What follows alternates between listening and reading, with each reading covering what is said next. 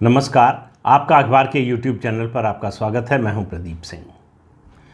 प्रधानमंत्री नरेंद्र मोदी और उत्तर प्रदेश के मुख्यमंत्री योगी आदित्यनाथ, इन दो लोगों के जो कदम हैं, जो नीतियां हैं, जो कार्यक्रम हैं, जो जिस तरह की घोषणाएं हैं और जो काम ये कर रहे हैं, इनको अगर आप तात्कालिक लाभ के नज़रिए से, तात्कालिक राजनीति के नज़रिए से देखेंगे तो आप समझ नहीं पाएंगे, गलत नतीजे पर पहुंचेंगे। ये जो काम कर रहे हैं वो 2024 का चुनाव, 2027 का चुनाव या 2029 का चुनाव, इन सब चुनावों की दृष्टि से नहीं कर रहे हैं। लेकिन इसका ये भी मतलब नहीं कि चुनाव से इसका कोई मतलब नहीं है। ये बुनियादी परिवर्तन के लिए काम कर रहे हैं। 3 काम पिछले कुछ दिनों में ही जो हुए हैं उसकी कल्पना उनके विरोधी क्या उनके बड़े से बड़े समर्थक भी नहीं कर सकते थे, और वो उनकी समझ में अभी भी नहीं आ रहा है कि ये कितना बड़ा काम हो रहा है। पहला काम मदरसों का सर्वे है। दूसरा काम उत्तर प्रदेश में जो शासनादेश जारी हुआ था 7 अप्रैल 1989 को वक्फ संपत्ति के बारे में कि ऊसर, बंजर और भीटे की ज़मीन को वक्फ की संपत्ति के रूप में रजिस्टर कराया जा सकता है, उस शासनादेश को रद्द करना और वक्फ की सारी संपत्तियों की जांच कराना। तीसरा काम हुआ है कल, यानी कि गुरुवार को पीएफआई पर देशव्यापी छापे। इन छापों में 300 एनआईए के लोग और ईडी के लोग लगे, 300 अधिकारी। और इसको मत समझिए कि ये जो तीनों काम हुए हैं वो एक दिन में या एक रात में फैसला लेकर किया गया है। इसकी तैयारी करके, इसके दूरगामी प्रभावों का आकलन करके, इसका जो इम्पैक्ट जो है देश की राजनीति पर होगा, समाज पर होगा और राष्ट्रीय सुरक्षा की दृष्टि से, इन सब मुद्दों को ध्यान में रखकर, सांप्रदायिक जो स्थिति है उसको ध्यान में रखकर, इन सब बातों को ध्यान में रखते हुए इनकी लंबे समय से योजना बनाकर फिर इनको कार्यान्वित किया गया है। पहले बात करता हूँ मदरसा सर्वे की बात।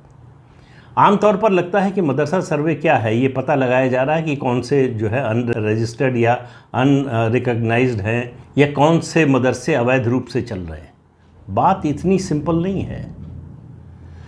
बात यह है कि मदरसा शिक्षा जो है, मदरसे की जो तालीम है वो रेडिकल इस्लामिस्ट पैदा कर रही है। दुनिया भर में मदरसों से निकले हुए आतंकवादियों की, वहाबियों की, तालिबानियों की संख्या आप देखते रहिए कितने बड़े पैमाने पर हो रही है। तो मदरसों का मूल चरित्र बदलने की कोशिश हो रही है, जो मदरसों के बारे में कभी नहीं हुआ। पहला मदरसा बनाया था मोहम्मद साहब की पत्नी ने, जिनका नाम था आयशा। उन्होंने पहला मदरसा शुरू किया था और पहले मदरसे की मौलवी जो है वो एक महिला थी। वहाँ से लेकर, यानी इस्लाम की लगभग शुरुआत से लेकर आज तक मदरसों का मूल चरित्र बदलने के बारे में क्या किसी ने सोचा था? क्या किसी ने इसकी कोशिश की थी? या क्या किसी ने इसकी कल्पना की थी कि ये काम भी हो सकता है?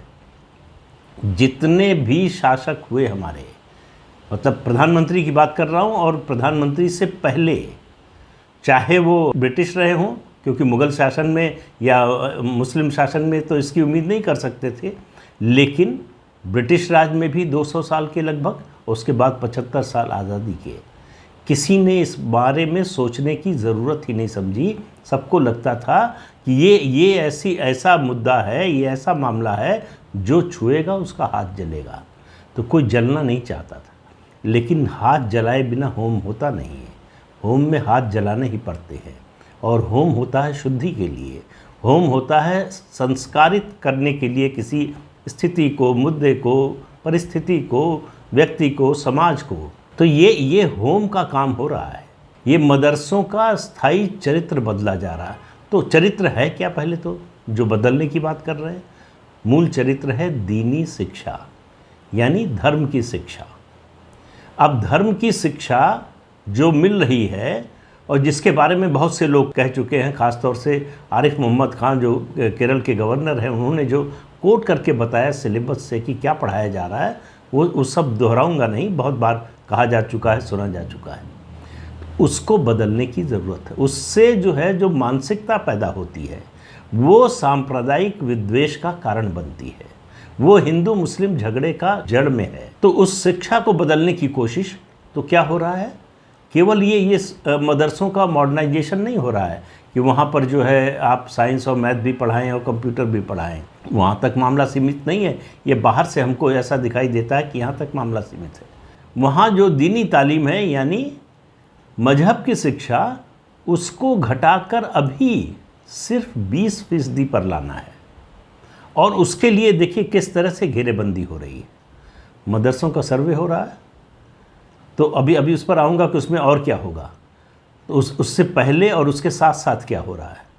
मदरसों के लिए ज़रूरी है कि वो सोसाइटी एक्ट में रजिस्टर हों। अब सरकार की जो योजना है, पहले योगी सरकार ने ये किया कि मदरसों में 15 अगस्त और 26 जनवरी को राष्ट्रगान होगा, झंडारोहण होगा, होने लगा।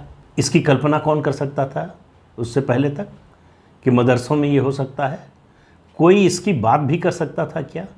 उसके बाद मदरसों का एक पोर्टल बनवाया। बताइए कितने छात्र हैं, किस क्लास में हैं, किस बैकग्राउंड से आते हैं, कितने शिक्षक हैं, उनकी सैलरी का स्ट्रक्चर क्या है, अटेंडेंस क्या है, इस सब के लिए, इस सारी जानकारी के लिए एक पोर्टल बनवाया गया। उसके बाद अभी हाल ही में ये कर दिया कि जो शिक्षकों की भर्ती होगी वो उसी तरह से होगी जैसे यूपी बोर्ड में होती है या माध्यमिक शिक्षा परिषद में होती है। भर्ती का तरीका वही होगा, उनका चयन का तरीका वही होगा, पे स्केल वही होगा और पैसा सीधे उनके खाते में जाएगा। तो ये बीच का जो धंधा था वो बंद हो गया। अब अगला कदम क्या है? अगला कदम ये है कि मदरसा बोर्ड को एक एग्जामिनेशन बोर्ड, जैसे यूपी बोर्ड है उस तरह से एक बोर्ड की शक्ल में बदल देना। उसके अलावा कोई अधिकार नहीं होगा मदरसा बोर्ड का, वो सिर्फ परीक्षाएं करवाएगा, कॉपी जचवाएगा, रिज़ल्ट तैयार करवाएगा। इसके अलावा उसका जो है न तो छात्रों के एडमिशन में, न मदरसों को चलाने में और न ही मदरसों में शिक्षकों की नियुक्ति में, इसमें कोई रोल होगा। वो सब कुछ जो सरकारी, मतलब यानी यूनिफॉर्म सिविल कोड, आप बात को समझिए, यूनिफॉर्म सिविल कोड आया नहीं है लेकिन ज़मीन पर उसकी तैयारी शुरू हो चुकी है। ये मदरसे और सामान्य जो स्कूल हैं उनको बराबरी पर लाने का। अब इसके बाद जो मैं दूसरी बात कह रहा था कि और क्या है इसमें, अब इसमें आप याद कीजिए कि मदरसों के सर्वे का जब घोषणा हुई तो विरोध किसने किया? देवबंदियों ने, वहाबियों ने, इन लोगों ने इसका विरोध किया, तालिबानियों ने, इन्होंने इसका विरोध किया। समर्थन में बोलना पड़ा किसको? जमीयत उलमाए हिंद के अरशद मदनी और महमूद मदनी को। दोनों ने कहा मदरसों के सर्वे के खिलाफ नहीं हैं। दो अलग अलग सम्मेलन हुए, उसमें विचार विमर्श हुआ, उसके बाद कहा इसके खिलाफ नहीं है। महमूद मदनी ने कहा मदरसों से, सारे मदरसा बोर्ड से और मदरसों से कहा कि आप अपने अकाउंट दुरुस्त कर लीजिए। मतलब अब ईडी की एंट्री होगी। फंडिंग कहाँ से हो रही है? ये जो शुरुआत हुई, ये बहुत कुछ हुआ। जो भारत नेपाल सीमा पर कुकुरमुत्ते की तरह उगकर आए हैं मदरसे और मस्जिदें, उनको देखने के बाद, उन पर चिंता करने के बाद, जिसके बारे में केंद्रीय गृह मंत्री अमित शाह ने राज्य सरकारों को लिखा कि जिन राज्यों की सीमा अंतर्राष्ट्रीय सीमा से लगती है वो अपने यहाँ इस बात पर निगरानी रखें कि किस तरह के मदरसे और मस्जिदें खुल रही हैं, कहाँ से पैसा आ रहा है, इन सब गतिविधियों पर नज़र रखी जाए। तो अब आप देखिए कि मदरसों की फंडिंग, और यहीं सारा मामला आकर फंसेगा, यहीं से बदलाव शुरू होगा। दूसरा, वक्फ की बात। वक्फ बोर्ड का जो आतंक है वो भारत को सेमी इस्लामिक स्टेट बनाने का प्रोजेक्ट था, जिसको कांग्रेस पार्टी ने चलाया, बढ़ाया, उसको पाला पोसा, उस पर अंकुश लगने जा रहा है। जिस तरह से उत्तर प्रदेश सरकार ने घोषणा की है उस 7 अप्रैल 1989 के शासनादेश को रद्द करने की, और उसके बाद जो संपत्ति है, अगर लाखों नहीं तो हज़ारों एकड़ ज़मीन मुक्त होने वाली है, उसका बंटवारा समाजवाद कहिए, आप कॉमन सिविल कोड कहिए फिर से, कि बराबरी का हक होगा, किसी एक समुदाय को विशेष अधिकार नहीं होगा। और आप मानकर चलिए कि इस वक्फ बोर्ड पर भी देर सवेर ताला लगने वाला है। तो वक्फ बोर्ड का जो आतंक था, जो साम्राज्य था, वो टूटने वाला है। उसके टूटने का मतलब आप समझिए, उसके टूटने का मतलब है उसके पास जो संपत्ति है, यानी जो आर्थिक संसाधन है, उनका कम होना, सीमित होना, जो फंडिंग आ रही है उसको रोकना, उसको सीमित करना। यानी मदरसा बोर्ड की जान जिस तोते में है उसकी गर्दन पकड़ ली है सरकार ने। अब गर्दन जितनी दबती जाएगी उतना ही फड़फड़ाएगा ये। तो आने वाले दिनों में आपको ये सब सुनने को मिलेगा। लेकिन आप देखिए कि माहौल कैसे बदल रहा है। यही अरशद मदनी जो अभी 2-2.5 महीने पहले उलेमाओं के सम्मेलन में बोल रहे थे और गरजते हुए उन्होंने कहा कि ये मुल्क तो मुसलमानों का है, हिंदुओं को अगर एतराज़ है तो वो छोड़कर चले जाएं, वो मदरसों के सर्वे का समर्थन कर रहे हैं। विरोध में बोलने की हिम्मत नहीं। तीसरा और बहुत बड़ा काम पीएफआई पर जो एक्शन हुआ है। पीएफआई इस देश में गृह युद्ध की तैयारी कर रहा था। इसको सामान्य उसमें मत लीजिए। पीएफआई सीएए विरोधी आंदोलन में, पीएफआई दिल्ली दंगों में, पीएफआई उत्तर प्रदेश के कानपुर, प्रयागराज और सहारनपुर के दंगों में, पीएफआई हिजाब का पूरा आंदोलन कर्नाटक में खड़ा किया पीएफआई ने, मैंगलोर में जो कुछ हो रहा है पीएफआई, केरल में जो हो रहा है पीएफआई। और आपको बता दें, सबसे ताज़ा खबर ये है कि केरल में इन छापों के बाद आज जो है केरल में बंद का आह्वान किया था पीएफआई ने।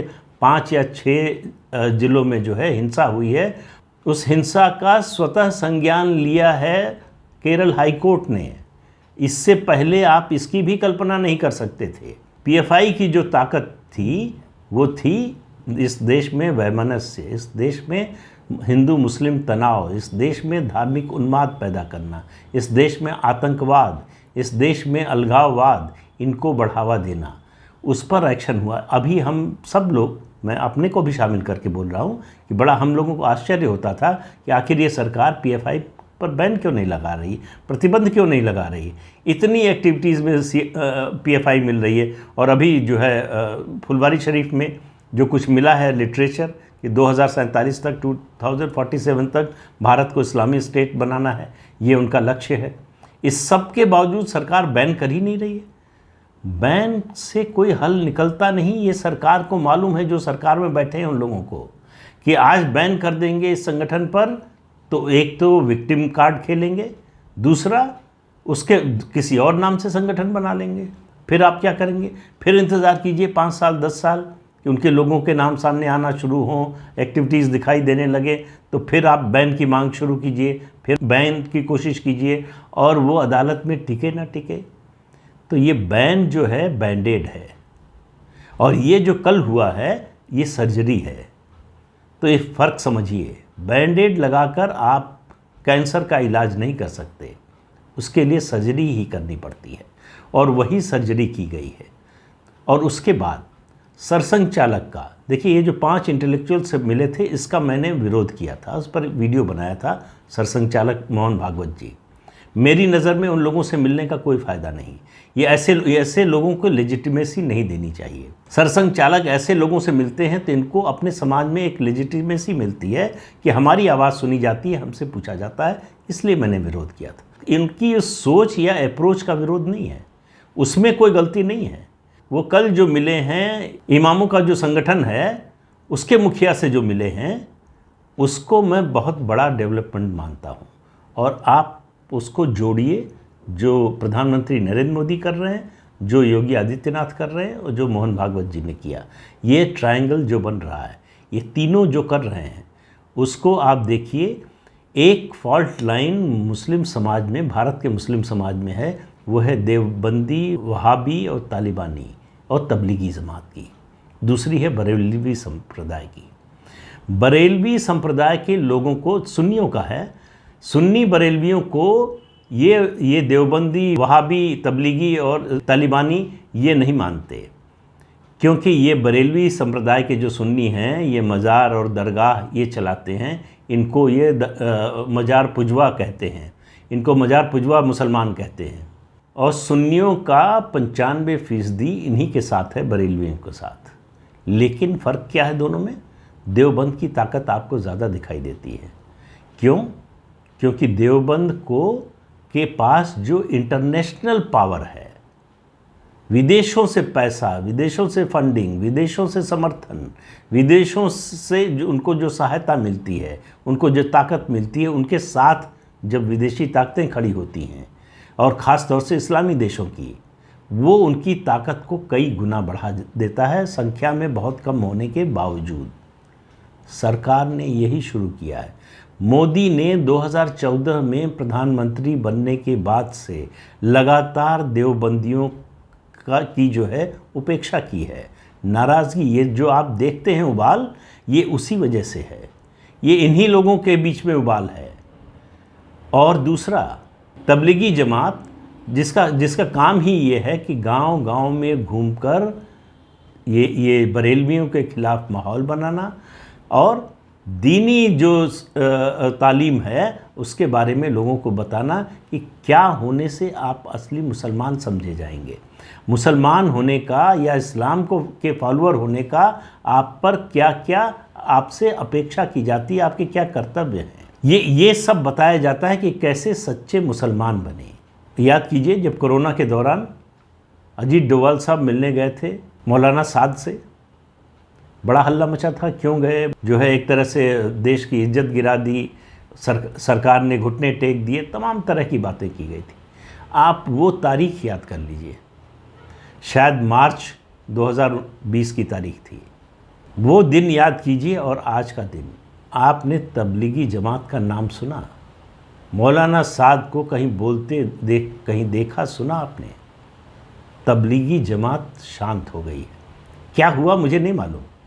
क्या उन्होंने कहा, क्या उनसे आश्वासन लिया, या क्या उनको आदेश दिया, या किस तरह से उनको डराया, या किस तरह से समझाया, या किस तरह से दुलराया, या कुछ नहीं मालूम। लेकिन तबलीगी जमात तब से बिल्कुल सन्नाटे में है। उनका इज्तिमा होना था, इज्तिमा सम्मेलन है उनका, जो 2021 में पश्चिमी उत्तर प्रदेश में होना था। इनका सबसे ज़्यादा असर जो है ये देवबंदियों का पश्चिमी उत्तर प्रदेश में है। वहाँ होना था इज्तिमा, पहले प्रशासन ने इजाज़त दे दी थी, फिर विड्रॉ कर लिया, चुपचाप मान लिया। विरोध में एक आदमी कहीं से खड़ा नहीं हुआ कि कैसे आपने हमारा सम्मेलन रोक दिया, पहले इजाज़त दे दी थी फिर क्यों रोक लिया। इस परिवर्तन को देखिए, इस बदलाव को देखिए। इस देश की सामाजिक संरचना में बुनियादी परिवर्तन का प्रयास हो रहा है। इसको सिर्फ चुनाव के चश्मे से मत देखिए, सिर्फ चुनावी लाभ हानि के चश्मे से मत देखिए। संघ मोदी योगी, इस तिकड़ी को याद रखिए, ये जो कर रहे हैं ये आने वाली पीढ़ियों के लिए कर रहे हैं। ये अपनी सरकार बनाने के लिए सिर्फ या चुनाव जीतने के लिए नहीं कर रहे हैं। ये इसका फ्रिंज बेनिफिट है चुनाव में जीत, कि इसके चुनाव भी जीत जाएंगे। लेकिन ये छोटी लड़ाई है। असली जो युद्ध है वो जो है उसमें जुटे हुए हैं ये तीन लोग। तो ये जो 3 कदम हैं इस सरकार के और संघ को मिला दें तो ये 3 कदम भारत की राजनीति में बुनियादी फ़र्क लाने वाले हैं, भारत की सामाजिक व्यवस्था में बुनियादी फ़र्क लाने वाले हैं। जब आप इन घटनाओं पर तात्कालिक प्रतिक्रिया देते हैं, ये सोचकर बोलना चाहिए कि इसके पीछे इनकी रणनीति क्या है, नीति क्या है, दूरगामी नीति क्या है। उसको तात्कालिक, ये मैगी नूडल या इंस्टेंट कॉफ़ी नहीं है, ये जो है मैराथन है, ये लंबी रेस है। ये इसमें 100 मीटर के आधार पर विजेता तय नहीं होगा। तो इसलिए इनके कदम को आप, जो ट्रेडिशनल तरीका है राजनेताओं के, पॉलिटिशियंस के और ख़ासतौर से जो सत्ता में हैं उनके कदमों को देखने का, उस तरह से देखना बंद कर दीजिए, नए तरीके से देखिए। ये नए भारत का निर्माण कर रहे हैं। तो इस अंक में इतना ही। अगले अंक में फिर मिलेंगे किसी नए मुद्दे के साथ। तब तक के लिए अनुमति दीजिए। आपसे अनुरोध है कि ये चैनल देखिए, शेयर कीजिए, लाइक कीजिए और सब्सक्राइब ज़रूर कीजिए। नमस्कार।